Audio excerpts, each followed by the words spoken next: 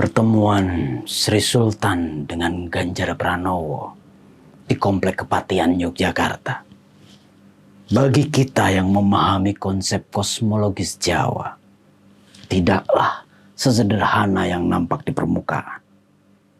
Sambutan hangat dari Ngarso Dalem atau Sri Sultan, juga keakraban mereka berdua ketika keluar menemui media juga menjadi pertanda lainnya. Bagi yang belum tahu, sejak pendaftaran capres resmi dibuka dan 3 capres dinyatakan memenuhi syarat maju kontestasi, Ganjar Pranowo adalah calon presiden pertama yang diterima oleh Sri Sultan Hamengkubuwono ke-10. Memang, diakui atau tidak, di kalangan masyarakat Jogja sudah banyak kusak-kusuk dan tanda tanya besar. Siapa calon presiden yang bakal diterima Sultan untuk pertama kalinya? Ini menyangkut tradisi, juga fenomena populer di kalangan masyarakat Jawa, bahwa capres yang pertama kali diterima Sri Sultan selalu memenangi pemilu. Tak main-main. Rentetan peristiwa itu sudah berlangsung sejak Pilpres 2004. Dari SBY hingga Jokowi. Inilah yang membuat pertemuan capres dengan Sri Sultan tersebut menarik dan ditunggu banyak orang. Membicarakan Sri Sultan dan Keraton Yogyakarta tidak hanya sekedar sebagai satu-satunya wilayah di Indonesia yang masih memiliki sistem kerajaan dan tetap eksis serta memiliki pengaruh luas. Lebih dari itu, Sri Sultan dan Keraton Jogja adalah simbol masyarakat Jawa. Tak ada yang meragukan betapa kuatnya ketokohan Sri Sultan sebagai figur pemimpin Jawa.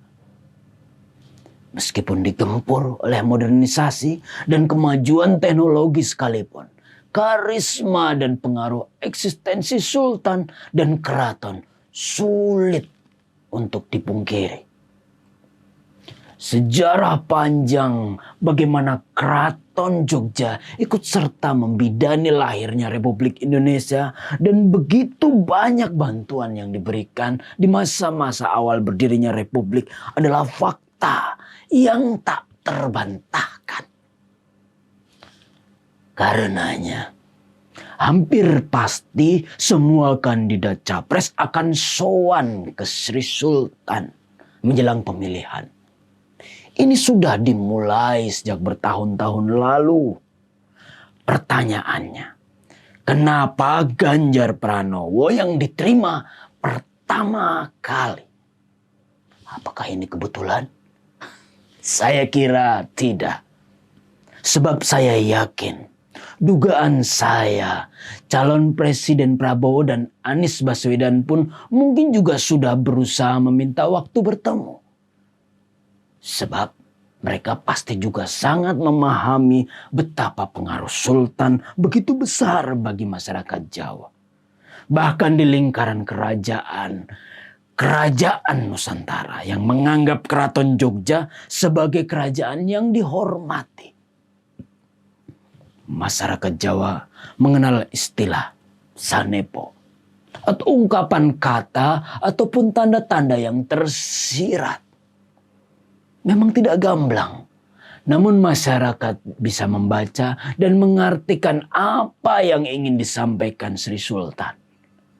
Keputusan Sri Sultan menerima kedatangan calon Presiden Ganjar Pranowo untuk yang pertama kalinya tentu sudah cukup menjadi sebuah kode kemana arah politik Ngarso Dalem. Memang sebagai raja dan juga melekat pada beliau sebagai gubernur yang notabene adalah pejabat publik, tidak mungkin Sri Sultan akan mengucapkan langsung. Namun tanda-tanda yang diberikan begitu gamblang. Pertemuan yang berlangsung hampir 2 jam dilakukan secara tertutup. Bahkan media yang biasanya bisa meliput sampai di Pendopo Wilis, di Komplek Kepatian pun kali ini tidak diizinkan meliput. Benar-benar pembicaraan empat mata. 2 jam obrolan tentu banyak hal yang dibahas.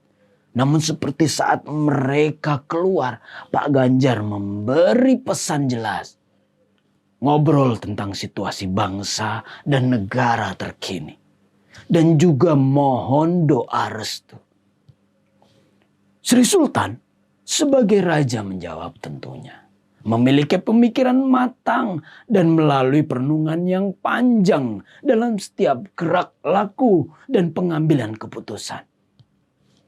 Beliau sebagai pengayom rakyat Jawa tentu memiliki mata batin dan penilaian yang khusus terhadap calon presiden.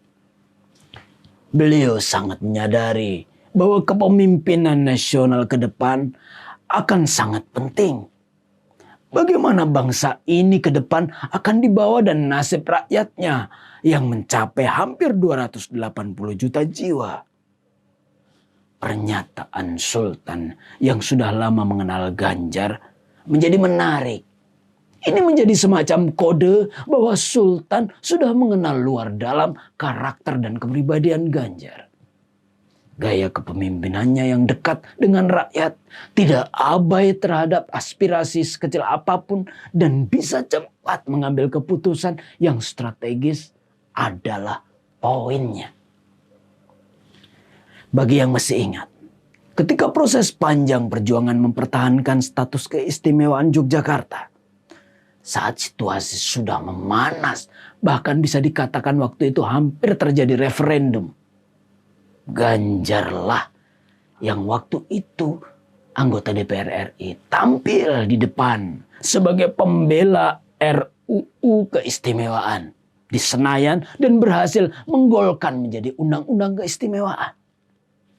Selama menjabat Gubernur Jateng, Ganjar kian dikenal sebagai pemimpin responsif dan mau turun langsung menyelesaikan permasalahan yang dihadapi masyarakat. Karakter kepemimpinan semacam inilah yang tampaknya terus dibawa Ganjar. Gerak cepat, satset adalah gambaran yang melekat pada diri Ganjar Pranowo. Antusiasme masyarakat menyambut pertemuan Sri Sultan dan Ganjar di Kepatian kemarin menjadi semacam daya ungkit baru. Semangat membuncah bagi para pendukung bahwa kini rasa penasaran siapa sebenarnya yang direstui oleh Sri Sultan sudah terjawab. Ingin menjadi pertanda bahwa perjuangan harus semakin masif karena semesta sudah memberikan kodenya.